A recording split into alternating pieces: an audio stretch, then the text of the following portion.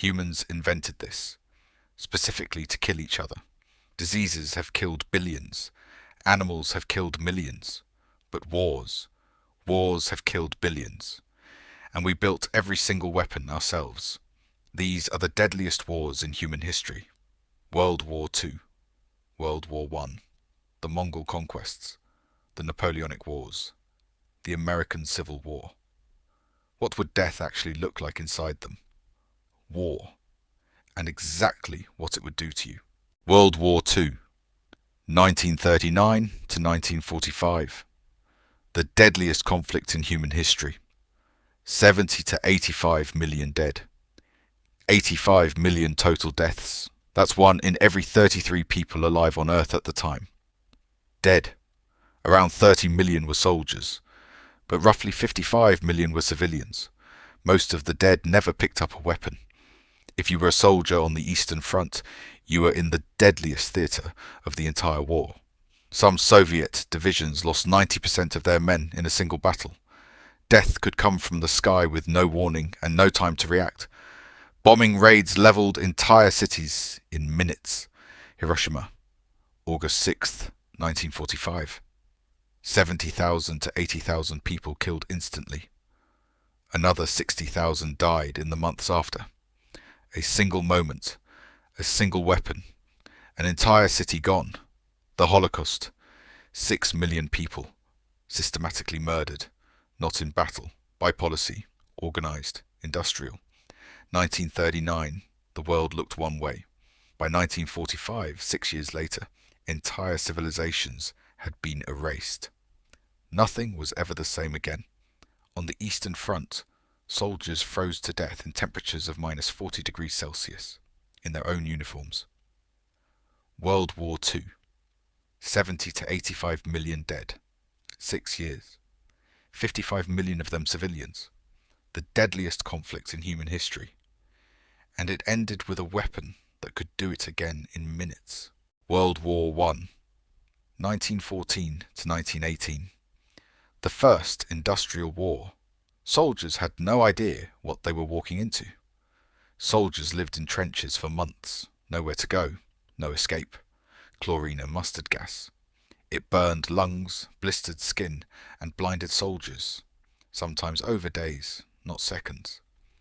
The Battle of the Somme, July 1st, 1916. 57,000 British casualties on the first day alone, before breakfast was even over for some units. Going over the top, walking straight at machine guns firing 400 to 600 rounds per minute. Walking toward them was suicide. Life in the trenches, standing in water for weeks, trench foot rotting flesh, rats feeding on the dead, dysentery, lice, infection. Some soldiers survived the battles only to die in the mud between them. A machine gun in World War I fired 400 to 600 rounds per minute. The tactics were still from the 1800s. The weapons were already from the future. Soldiers paid the price for that gap. 20 million dead. In 4 years. An entire generation of young men erased. Going over the top was not a military tactic. It was a death sentence dressed up as one. World War I. Roughly 20 million dead. New weapons. Machine guns. Gas. Tanks. Old tactics. A catastrophic mismatch. The trenches themselves were killing them. World War I invented new ways to die, and used all of them. The Mongol Conquests, 13th to 14th century. No guns, no bombs. 40 million dead, 10% of the entire world's population. 10 in every 100 people alive at the time were killed. In some regions, only 1 survived. A message sent to every city before the army arrived. Surrender, and you live. Resist, and everyone dies. Psychological warfare before a single arrow was even fired. Cities that surrendered were spared, absorbed. Cities that resisted were annihilated.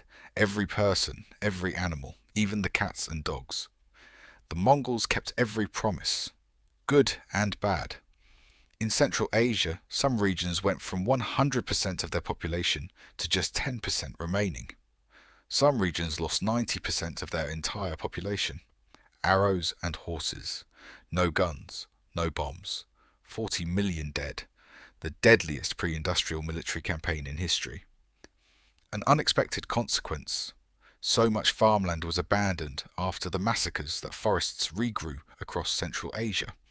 The regrowth absorbed CO2 and slightly cooled the planet. An army on horseback changed the climate of the earth. The Mongol Conquests.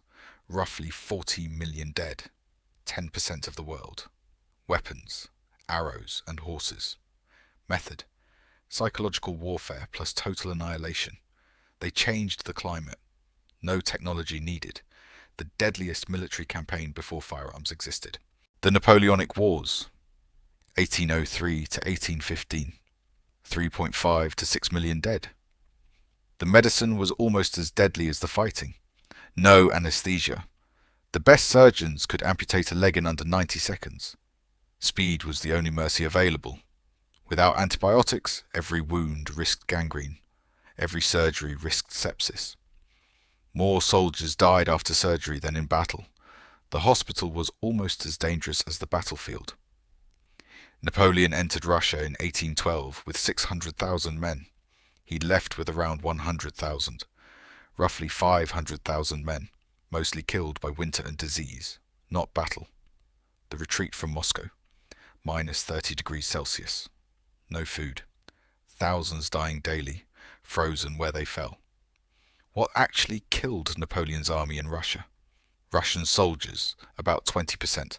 Typhus, cold, and starvation, about 80%. The louse beat Napoleon, not Russia. Napoleon's surgeons performed roughly 60,000 amputations, piles of limbs outside field hospitals. Surreal. Routine. Horrifying. The Napoleonic Wars, 3.5 to 6 million dead. Surgery with no anesthesia, 90-second amputations. Russia, 500,000 lost to winter and disease. The hospital was almost as dangerous as the war. Medicine was still catching up to the weapons.